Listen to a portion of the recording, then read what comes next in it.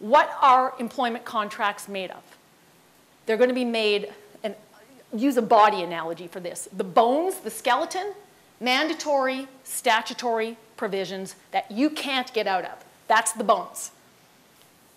No matter what, those are going to be part of your employment contract. Human rights obligations are always going to be part of your employment contract. Employment standards minimum provisions, minimum wage, minimum vacation pay, overtime entitlements for people if they're not exempt under the Act, hours of work maximums, things like that, minimum notice of termination. Those are all employment standards minimums. You cannot get around them, even if you and the employee agree to do something that's less than what the ESA says it's going to do. You cannot get around them. It's not enforceable. People trip over these ones all the time. So, health and safety is another area where it's part of the bones, part of the skeleton. Flesh, let's flesh it out. Okay, you've got these employment standards minimums. What goes overlaid on top of that? You have judge-made, what we call common law in all of Canada except for Quebec, and in Quebec, it's a civil law system, but a lot of it's the same concepts. You have judge-made laws and rules that have evolved over time, a lot of them based on ancient, outmoded, absolutely inappropriate for today's day and age kind of concepts in law. They set a legal baseline. If you don't have in something that's enforceable written to the contrary, you're going to be stuck with what the common law rules are. Some of them are going to apply unless you have a contract that says differently. Some of them are going to apply no matter what, particularly tests that have to do with whether someone's an independent contractor or an employee. No way to get out of that test. Tests that have to do with whether your non-competes and non-solicits are enforceable. No way to get out of that test. So some of those things are unavoidable no matter what. Some of them you can choose otherwise through contracting properly. One of the unavoidable things under the common law is the rules that govern whether you're properly signed up or not on a contract, the rules that govern the process, the rules that decide whether or not you have a gap or some other problem. So gap and crap, common law has a lot to say about whether you've got gap and crap and lapse. Last but not least, clothing. Clothing on your little naked body is going to be your written contractual terms. The clothing can come off because if for whatever reason it's not enforceable, it's going to be gone. So what are written contractual terms? An employment agreement, employment contract doesn't have to be a big long, the party of the first part, thou art, and heretofore and theretofore and hereinafter and all that kind of stuff. It can be a very, and should be frankly, a very simple, clear, easy to understand letter. From me to you. I'm hiring you to do A, B, C, and D. This is what's going to happen on this. This is what's going to happen with vacation. This is what your comp's going to be. If you want to quit, this is what you need to do. If I want to get rid of you, this is what I need to do, and so on and so forth. It's a dialogue setting up expectations. So it can be an offer letter. It can be a memo. It can be scribbles on a napkin, God help you. It can be a formal contract, one of those big formal things with all kinds of legalese in it. In addition to that kind of paper, if you've got it, the other things that clothe the contract can come from handbooks, written policies, even unwritten practices. But typically, that's only going to happen if it's good for the employee, not if it's good for you. So not something you want to be counting on. If it's really important to you, then make sure it's part of a written contract.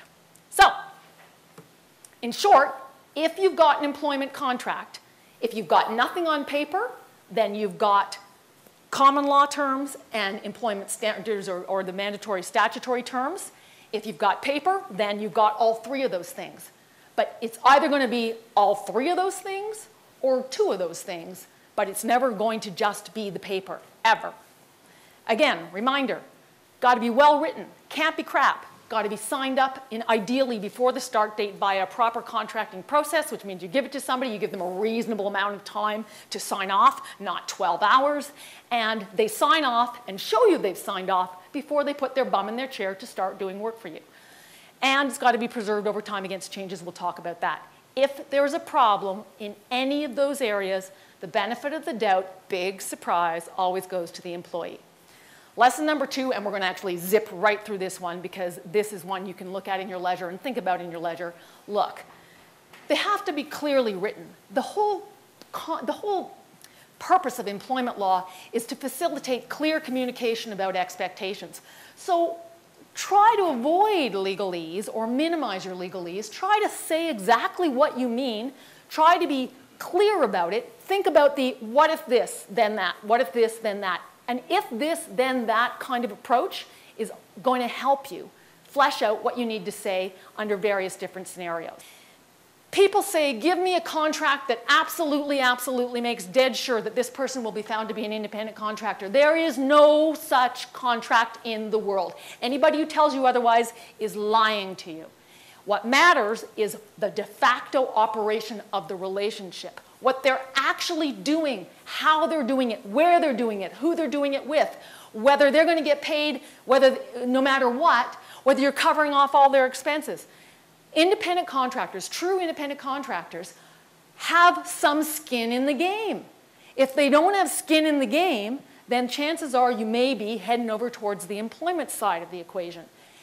And remember too, there's a whole bunch of government agencies that can come at this.